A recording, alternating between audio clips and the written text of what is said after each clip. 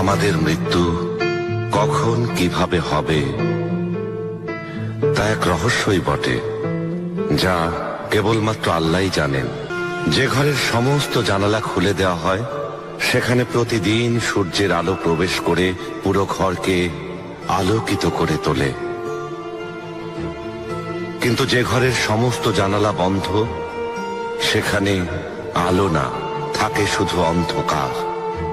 ভাই, বন্ধু বা সহচরকে তার দোষ ত্রুটির কথা বলা যায়, কিন্তু মানুষের আত্মা শরীর ছেড়ে যাওয়ার পর তা অসম্ভব।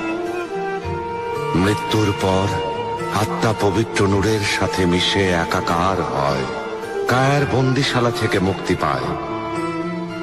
মৃত ব্যক্তির গীবত তাই অনর্থক, ভুলে যেতে হয়, কারণ তখন সে এ পৃথিবীর ভালো মন্দের ঊর্ধ্বে চলে যায়। কাউকে খারাপ চোখে দেখো না, কাউকে খারাপ বলো না, না দেখে কথা বলো না, নিজে না শুনে স্বচোখে কিছু না দেখে কাউকে দোষারোপ করো না।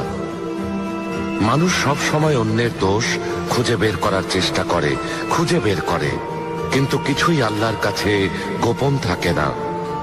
মানুষ দেখে, তবে সে দৃষ্টিতে আল্লাহর নূর না থাকলে সবকিছু ঘোলাটে মনে হয়। প্রকৃতপক্ষে সমস্ত নূর আল্লাহর নূরের অংশ। আমরা সবাই সেই পবিত্র নূরের অংশ, যা অবিনশ্বর। যে নূর চিরন্তন, সে আল্লাহর নূর। আমরা নশ্বর, ক্ষণিকের অতিথি, এ অস্তিত্ব নশ্বর, এ শরীর ক্ষণস্থায়ী। হে আল্লাহ, আপনার রহমত আর অপার করুণার কথা ওই পাখিরাও জানে, যারা আপনাকে ভালোবেসে ডানা মেলে উড়ে বেড়ায়। তারা মেঘের ওপারে চলে যায়, 7 আকাশে বিচরণ করে, শুধু আপনার সন্ধানে।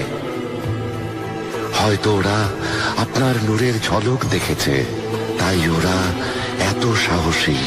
ভালোবাসার সন্ধানে ওরা খাঁচা ভেঙে উড়ে যায়।